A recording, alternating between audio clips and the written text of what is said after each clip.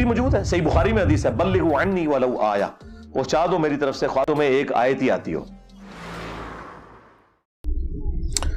قرآن میں متشابہات اور حروف مقطعات کی قیامت تک کے انسانوں کے لیے دعویٰ کو مشکوک نہیں کر دیتی؟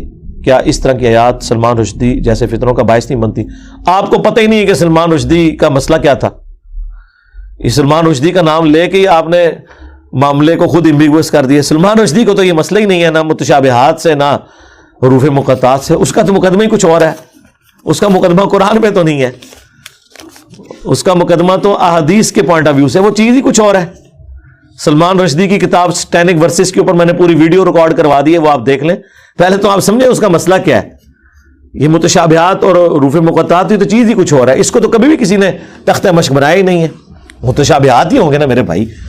لیسا کمثلہ شیء, اللہ کی مثل جب کوئی شے ہی نہیں ہے, ہم آپ کو کیسے اللہ کی کوئی مثال بیان کر سکتے ہیں؟ متشابہ آیات کا مطلب کیا ہے پہلے یہ سمجھیں. متشابہ کا مطلب یہ نہیں کہ شک میں ڈالنے والی. متشابہ عربی میں کہتے ہیں ریزمبلنس, ملتی جلتی چیز.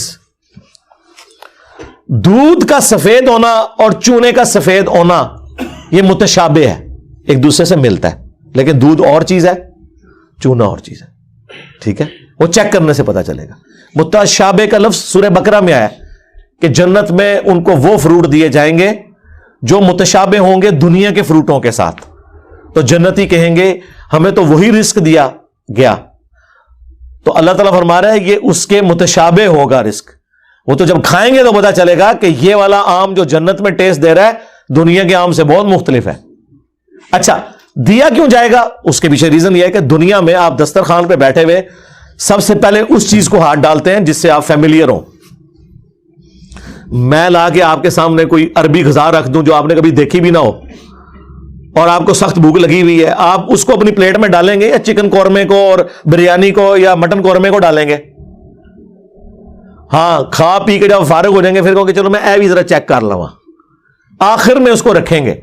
اللہ کو اس بات کا پتا تھا. اللہ کہتا ہے کہ ہم جنت کی ابتدائی مہمان نوازی ان فروٹس کے ساتھ کریں گے جو دنیا میں لوگوں نے دیکھے ہوئے ہوں گے تاکہ انہیں وہ اچھے لگے. اگر جنت میں انار, کیلا, سیب, آم آپ کے سامنے آئے گا تو آپ کو اچھا لگے گا. اگر عجیب و غریب کوئی فروٹ آ گیا آپ کہیں گے ادھر ہی ہے نا, ایک راستے نہیں چلے, میں پہلے وہ کھاواں جس سے میں فیملیئر ہوں. وہ متشابہ ہوگا لیکن اس کا ذائقہ بالکل مختلف. تو آخرت کا دھندلا تصور دینے کے لیے دنیا میں اللہ نے ریزمبلنس والی چیزیں رکھ دی ہیں. حوروں کا تصور دینے کے لیے بیویاں رکھ دی, حالانکہ زمین آسمان کا فرق ہے. اچھا, آخرت میں اللہ تعالیٰ نے جنت کے فروٹ دنیا میں بھی فروٹ رکھ دیے. پھر اللہ کی جو اپنی صفات ہے, اللہ بھی دیکھتا ہے ہم بھی دیکھتے ہیں, لیکن ہمارے دیکھنے میں اللہ کے دیکھنے میں فرق ہے.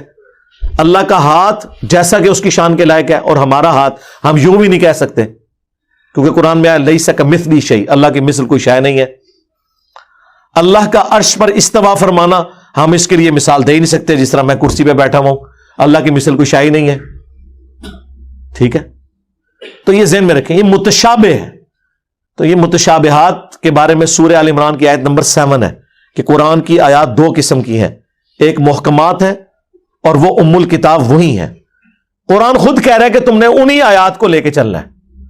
دوسری متشابہات ہے جو صرف سمجھانے کے لیے بتایا گیا اور اس کا مقصد یہ نہیں تھا کہ آپ اس کا مطلب تلاش کرو. قرآن میں اسی آیت میں سورہ آل عمران 7 نمبر میں آیا کہ جو ان آیات کے پیچھے پڑھتے ہیں تاکہ اس میں کوئی ٹیڑھ پن تلاش کرے, ان کے دل جو ہیں وہ ٹیڑھے ہو چکے ہوئے ہیں. اور اہل ایمان کی نشانی یہ ہے کہ وہ کہتے ہیں سب کچھ ہمارے رب کی طرف سے ہے, ہم ان پر ایمان رکھتے ہیں اور وہ اللہ سے دعا کرتے ہیں ربنا لا تزغ قلوبنا بعد اذ ہدیتنا وہب لنا من لدنک رحمہ انک انت الوہاب. اور بخاری مسلم میں انہی آیات کے بارے میں سورہ آل عمران 7 نمبر آیت کے کانٹیکسٹ میں ایک حدیث ہے کہ تم جسے دیکھو کہ وہ متشابہات کے پیچھے پڑا ہے تو جان لو یہ وہی ہے جس کے بارے میں قرآن میں آیا کہ اس کا دل ٹیڑھا ہو چکا ہے. یہ نبی اسلام نے ارشاد فرما دیا.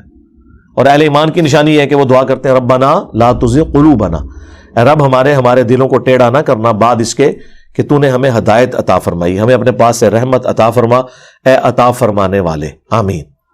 تو یہ ہے. تو سلمان رشدی کا جو ایشو ہے وہ ڈیفرنٹ ہے, اس پہ آپ میری پوری ویڈیو تفصیلی میں نے اس کی ایک ایک چیز کا جواب دیا ہے. باقی تو صرف گالیاں نکالتے ہیں. میں نے اس کا مقدمہ پیش کیا, وہ کیا چاہ رہا ہے, کیوں اس نے کہا, کس چیز کو اس نے بنیاد بنایا, اس میں ہم نے کیسے ریبٹل کرنا ہے. اس میں نے کئی قرآن کی آیات اس کے جواب کے طور پر پیش کی, اس نے جو ڈنڈی ماری تھی وہ ڈسکس کی الحمدللہ. باقی صرف سر کی قیمتیں رکھتے ہیں, ہاں پتلے جلاتے ہیں, علمی بات کوئی نہیں کرتا.